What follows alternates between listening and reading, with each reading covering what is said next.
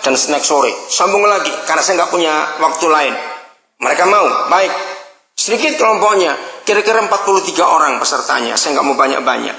Nah, sesi yang kedua, masuk 2 orang. Satu peserta seminar, karena saya lihat bednya sudah ada. Tapi dia bawa 1 anak muda. Karena nyolok sekali datangnya terlambat, saya tahu. Ketika 2 orang itu masuk, Roh Kudus bicara kepada saya tentang anak muda yang dibawa itu. Oh, berarti saya harus ngurus dia nanti.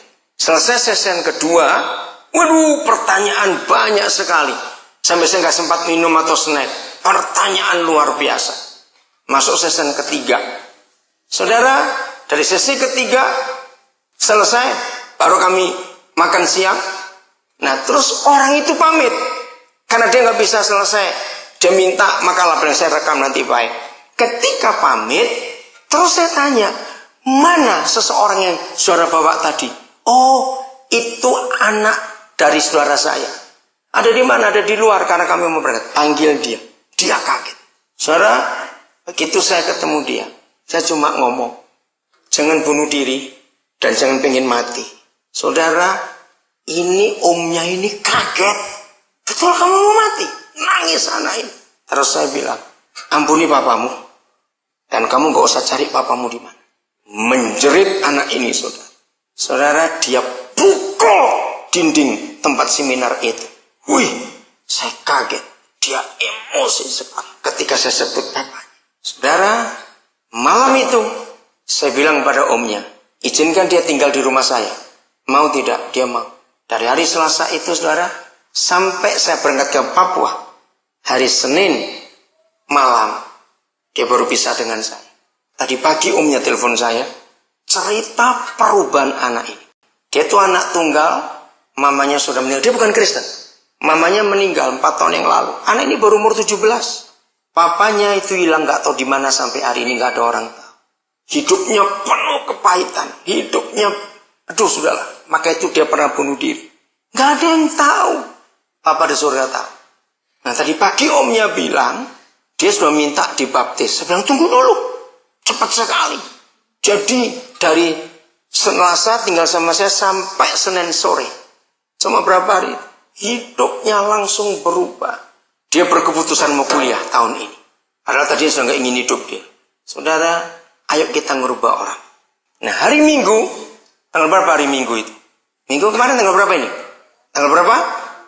16. Oke. Ada seorang ibu yang cari saya, dia bilang, ada 2 kemenakan saya. Belum, masih Buddha. Belum Kristen. Yang satu, itu anak kakak saya. Yang satu, yang kakak laki, itu anak adik perempuan saya. Sekarang mereka 2 tinggal di rumah neneknya, yaitu mama saya.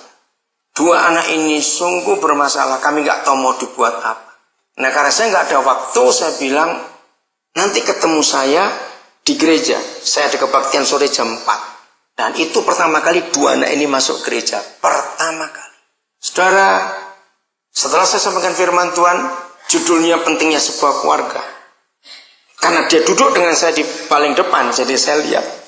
Waktu saya sampaikan pentingnya keluarga, saya melihat 2 anak itu gelisah, matanya berkaca-kaca. Saya tahu Tuhan sedang berurusan karena mereka 2 kecewa. Jadi 2-2 sekarang nggak tahu. Yang satu tuh anak tunggal juga, yang satu punya 3 adik. Dan mencar-mencar semua ikut siapa nggak tahu. Nah, selesai khotbah saya serahkan pada gembala. Terjadi lawatan Tuhan yang luar biasa. Nah, saya langsung ajak anak 2 itu keluar. Ada sebuah ruangan di depan gereja itu. Saya panggil mereka. Saya nggak ngomong Tuhan, nggak ngomong apa-apa. Saya cuma mewakili orang tuanya. Saya minta maaf atas nama papa mama. Saya doakan mereka, saya peluk mereka. Saya nggak ngomong Tuhan. Saudara, Senin, saya harus kembali dari kota itu ke Jakarta, terus malamnya saya ke Papua. Saya tiba di Jakarta, anak itu SMS saya dan saya kirim ke tantenya. Tantenya telepon saya sambil menangis. Salah satu itu berkata begini, baru 4 jam saya kenal papa, tapi saya merasakan sesuatu yang saya nggak pernah rasakan. Saudara, lihat itu. Kalau Tuhan merubah orang. Dua-duanya ngalami zaman Tuhan. Nah, ini saya cerita dalam minggu ini. 3 orang bisa langsung berubah. waktu ketemu. Kapan terakhir hidup saudara bisa merubah orang lain? Jangan jawab, dalam hati saja. Ingat, Yesus berkata kita adalah garam dunia. Amin. Kita ini garam dunia. Supaya saudara tahu untuk bacakan SMS anak ini. Saudara, dan ini sekarang di keluarganya lagi jadi pembahasan yang luar biasa. Bagaimana cuma ketemu sebentar, kok dia bisa berubah seperti itu? Nyamuk yang hidupnya jauh lebih pendek dari hidup kita. Betul, siapa yang tahu hidup nyamuk berapa hari? 3 hari. 3, lebih dah, nggak sampai 3 hari. Ya. Lihat, hidup nyamuk itu jauh lebih pendek daripada hidup kita. Yang kedua, besarnya tubuh nyamuk dibanding kita berapa juta kalinya. Apalagi gemuk-gemuk badannya itu. Berapa kalinya badan kita? Nyamuk itu berapa juta kalinya? Ya, ngerti gak pertanyaan saya? Tapi nyamuk itu kalau hinggap, saudara coba hitung. Berapa menit nyamuk itu kalau hinggap di tubuh kita? Kalau sampai 5 menit itu berarti sudah mati rasa itu orang gigit nyamuk 5 menit gak rasa.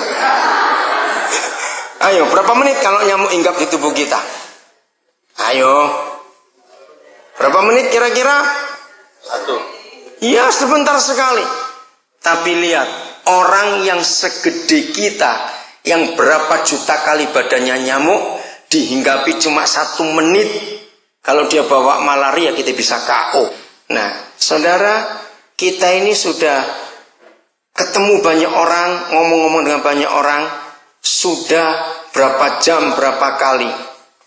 Tapi kenapa orang-orang itu nggak ada perubahan-perubahan dalam hidup ini?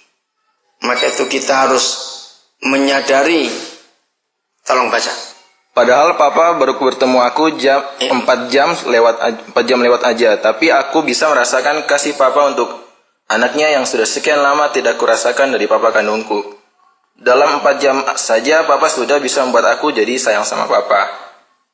Oke. Ya, bacaan. Dia tanya ini. Papa sudah sampai Jatim? Ya, dia pikir saya itu ke Jawa Timur. Maka saya kamu boleh duduk Pak, kembali lagi. Saudara, apa yang membuat orang lain kalau bertemu kita bisa berubah?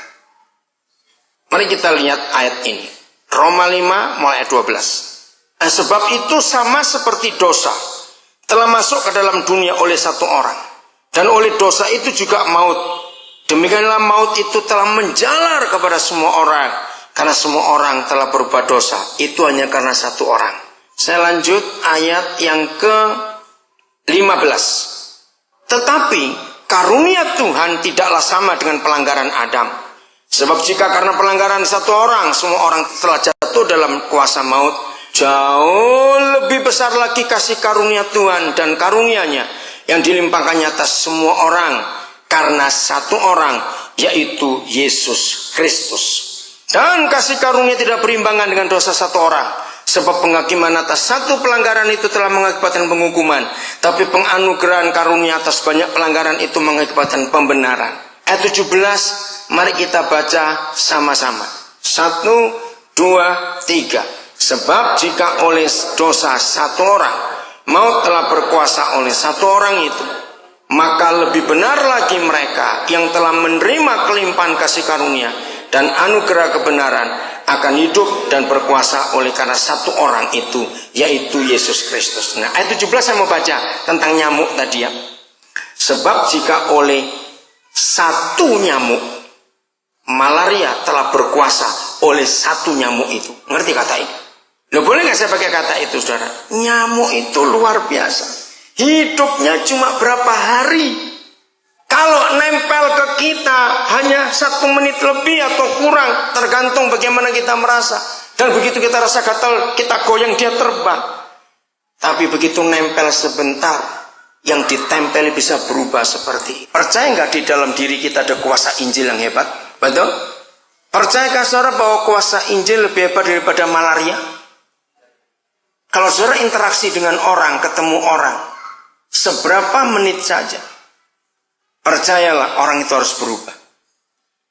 Kalau orang itu tidak berubah, berarti ada virus lain dalam diri kita yang gak bisa mempengaruhi hidup orang itu sampai berubah. Renungkan ini.